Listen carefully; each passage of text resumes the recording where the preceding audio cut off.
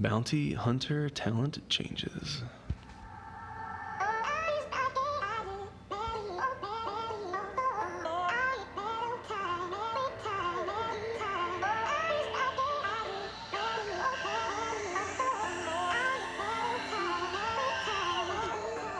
Welcome back to another BitLegend video, fellas. This is the third and final talent update that is coming. So let's jump right in. This is the update that a lot of people were dreading because the Bounty Hunter was so incredibly strong, and anything that's performing significant difference, I don't know, just they were in a tier of their own. You had bounty hunters that had like 2.5 thousand total stats that were pushing to zone 14, 15, 16, while everybody else was stuck in zone 11.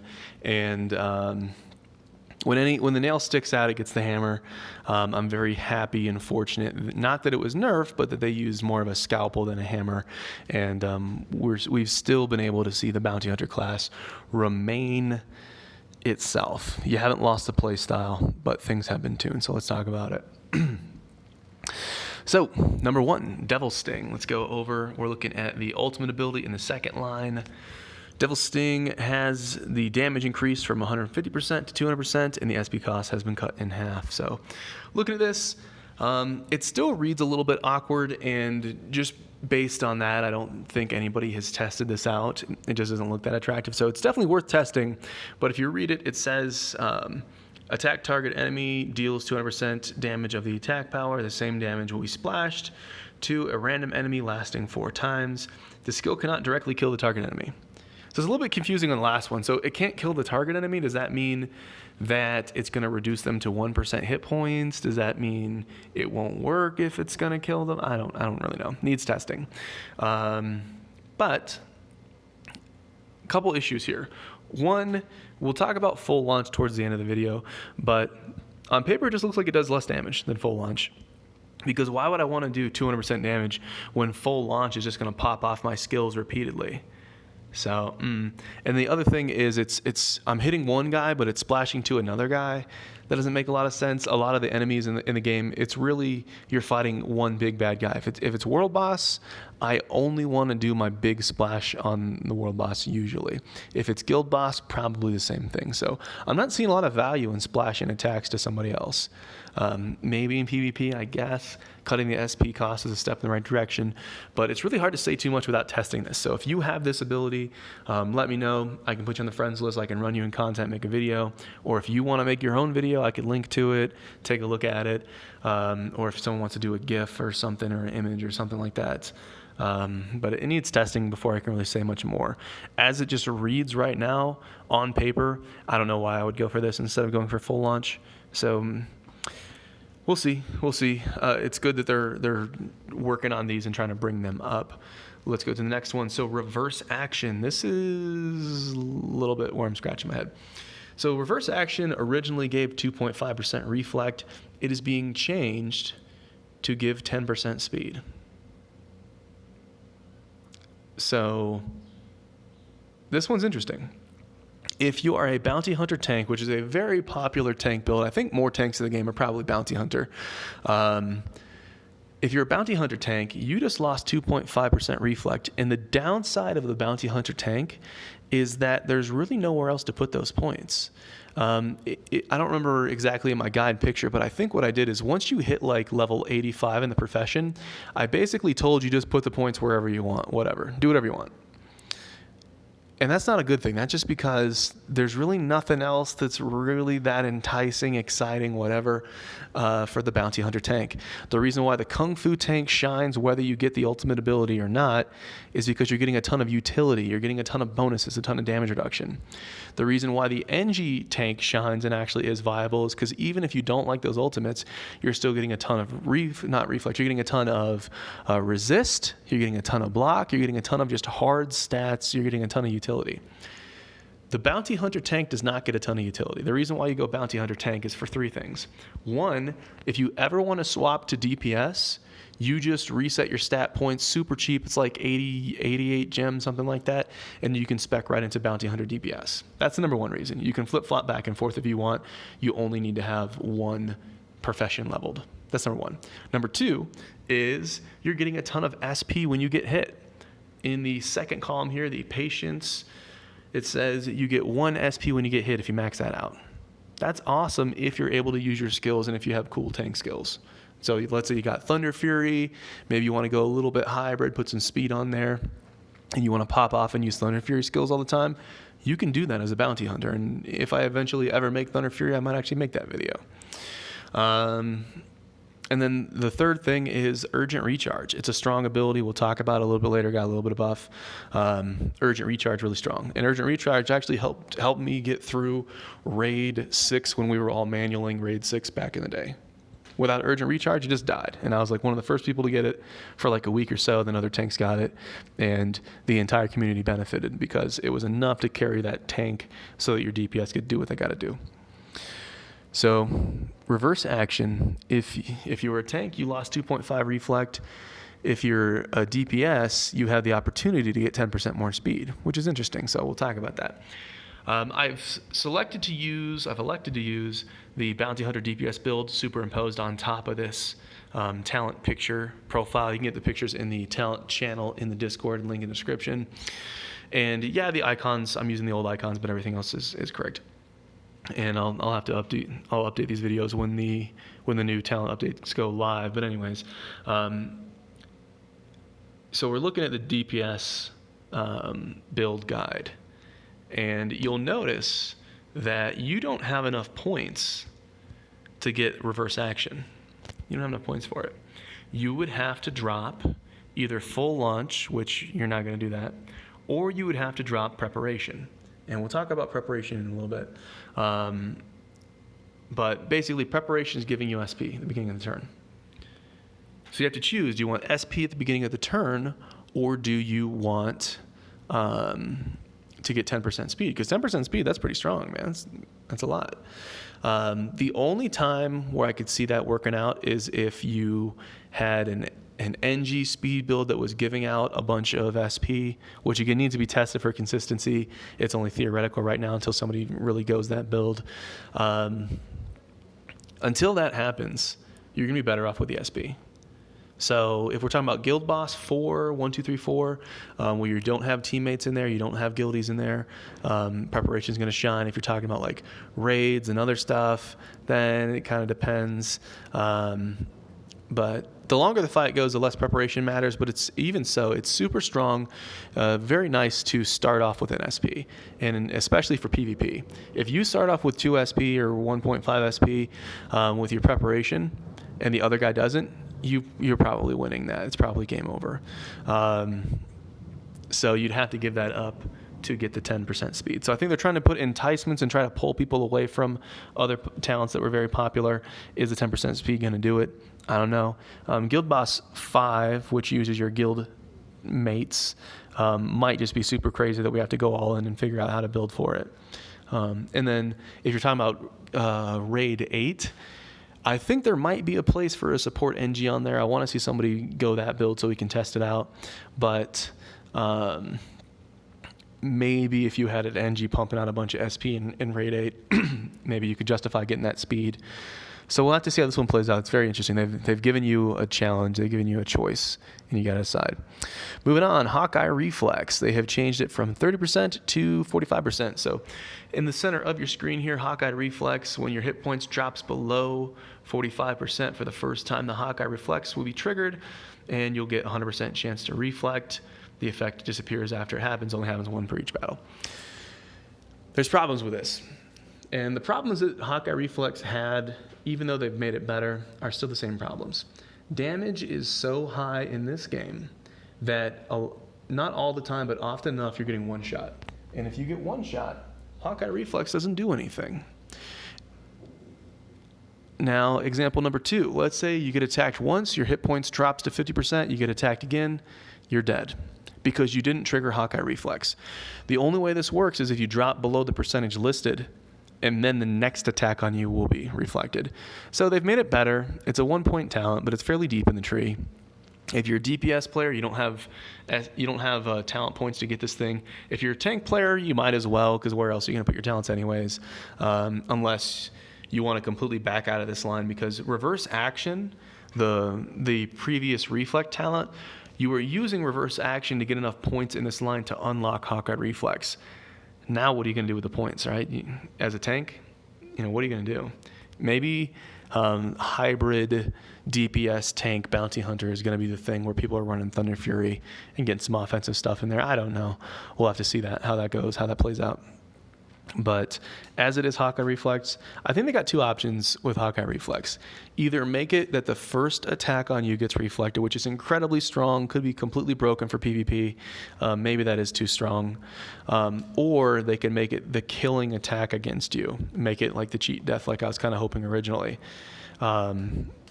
Then they could do it that way. If they did either of those are both such strong options that I think it would make sense for them to move Hawkeye Reflex into the fourth column to make it more difficult to get. Because that's a little bit strong there. But as it is right now, it's one of those things. If you're a tank, what are you going to spend your points on anyways? If you're DPS, you don't have enough to get this. They could just change it from reflex, since reflex is such a difficult thing to balance. They could change it to like absorb. So it's like the first attack against you per battle is absorbed, or the killing blow against you is absorbed, something like that. I don't know. But Hawkeye Reflex is better now, but it still has the problem that I had before. Now we get to talk about crit feedback. Let's go to crit feedback. So we are in the bottom line, second column, crit feedback. SP produced by crit feedback has been decreased from 10, which is 1 full pip, to 8, which is obviously not 1 full pip. So I have an issue with this one. I don't think that this was too strong. I think that there needed to be an equivalent option for other builds in other professions. So what am I talking about? You can get twice as much crit as you can get with strike.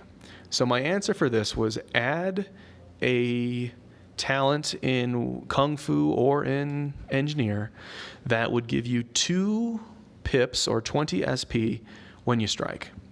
That way, players can, maybe you got a strike a piece of equipment and you're like, oh, is this good? Because it's not crit. Everyone's going crit. It would make strike valuable. It would give you a different build. Maybe you don't even want to mess around with crit and crit damage, and you just want to put every single bonus you can into strike. If they added that talent, you could do that. And so I want to see it. And also, strike would be a little bit less consistent, so you'd have less, the crit option would be more consistent. The strike option would still be better, or still be equivalent over time.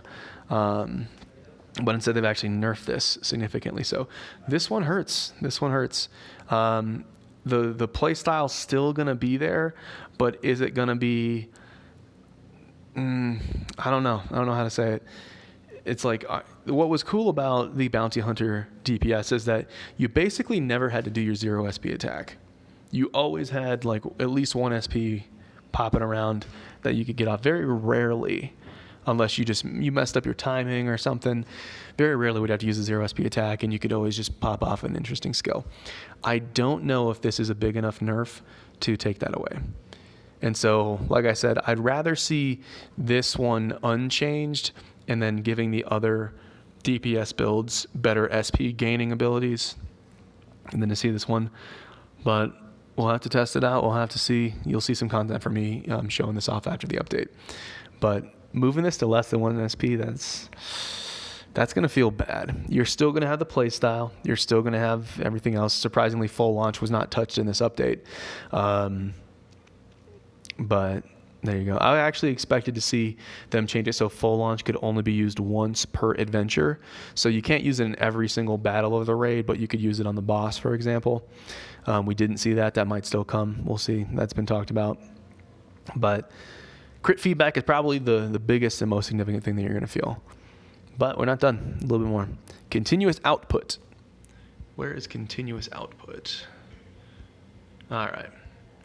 In the middle column in the bottom, continuous output has been reduced from 20% to 15% when max. So what is this?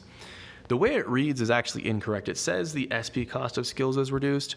What really happens here is you get a refund.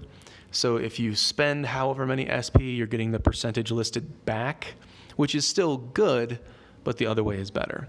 So what I would suggest here is them to update the description in the tooltip and say SP refund, and then they could actually create another talent where it's an actual SP reduction and give that to a different class.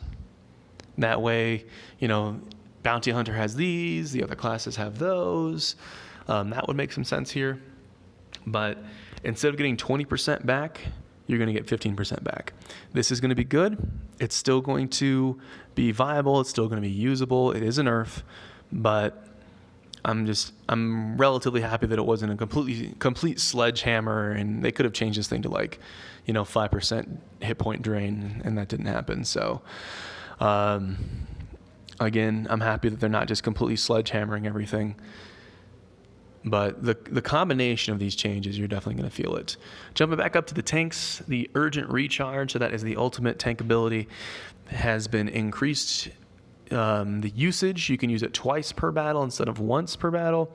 That's nice on paper, but in reality, other than against Guild Boss, and even in Guild Boss, I don't think you're going to be using this ability that much. It's nice to have, but it's like if you're fighting the Raid 8 boss, the damage is so fast that you might get this ability off, you might not. How many turns are you going to get before either your team is dead or the enemy team is dead? Probably not that many as a tank. So I think it's nice on paper, but I don't really think it's going to have a massive impact at all. I would rather see... Well, I was going to say I'd rather see the SP cost get decreased, but in a Bounty Hunter tank, because of the patience talent, you're going to have so much SP that it's not going to matter. You're going to have full SP. You don't care about that. But you're not going to have enough turns to really benefit from this too much. So it's nice, but it's not the most amazing thing. Honestly, I'd rather still have the 2.5% reflect. I'd rather just keep my reflect than have this ability twice. But who knows? Maybe Guild Boss 5 is going to be a longer battle with more damage to the front tank. But currently, based on my experience in Guild Boss 4, even if I was a Bounty Hunter tank, I'm not taking a ton of damage to me. I can survive until the end rage without any problems whatsoever. So I'm not even going to use Urgent Recharge, but it is nice to have for sometimes. And then again, Bounty Hunter tank, what else are you going to put your points in? Of course, you're going to get Urgent Recharge. And then the last one, Preparation. SP produced by Preparation has been decreased from 20% at max to 15 at max. So the last of the SP nerfs. So instead of when the battle starts, you're getting 2 pips of SP, you are getting 1.5. This is going to be very noticeable in PvP. There are some skills out there. One of the first popularized weapons had a 2 SP attack target skill. And so if you got this, if you're fighting someone in PvP, you could use the 2 SP target skill, kill their character, and then autopilot it. And that's pretty much how PvP was done back in the day, back at my age. So, well, you're not going to do that one anymore. You're getting a little bit less SP. And so we're just kind of thinking about it. As a tank, you grab this one as well because, what else are you going to get? But as a DPS player, it was definitely nice to start things off rolling. Incredibly, incredibly powerful when you compare this to the other DPS builds. You starting the battle with 1 SP or 2 SP or whatever was massively an advantage over all the other ones. And I think starting off with 2 SP, that's probably too strong. Starting off with 1 SP is fair, but I do think that the other DPS professions, the other professions in general, should have something equivalent to this as an option. Whether it's in a line that they want to take it, or whether it's just an option somewhere, maybe they go for it, maybe they don't. I think the only really, the only thing that's like out of line with this is that other classes didn't have an equivalent. And it doesn't have to be the exact same thing, but something similar. So, while there's small nerfs, if you combine them all, you're going to feel it. It's going to be significant.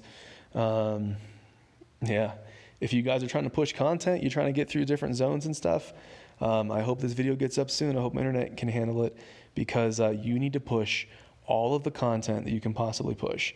In fact, These nerfs are so significant that Unity is probably going to bail on Guild Boss 4 this week. We've got it at 80%. We've got like 4 days remaining. On paper, we should be able to get it or super close, but based on these nerfs coming in, the nerfs are probably going to hit right before the reset happens. The Guild Boss reset, at least. This probably means that we're going to miss it by like 10 or 15% just based on these changes alone. So we're probably going to bail on Guild Boss 4. We're probably going to reset and do 1 through 3 as fast as possible. And hopefully we'll just get some loot and do some things. But so this is like the 4th or 5th week since Guild Boss has been released. We've been super close to Guild Boss 4 every week. And there is a nerf or a change or a buff that ends up actually being a nerf. And so we get foiled again. So anyways, keep your eye on the talent channel. Keep your eye on the announcements channel. Get your butts in the Discord. I don't know when I'm uploading other videos, but there will be some perks and some things for people that are active in the community. And with all of that said, they want your feedback. If you love the changes, if you hate the changes, if you want to go out and test things, be respectful, but be involved. You know, this is a game where they actually care about player feedback. You might not ever see that again in your lifetime. As always, I appreciate you guys for watching, and I'll see you in the next video.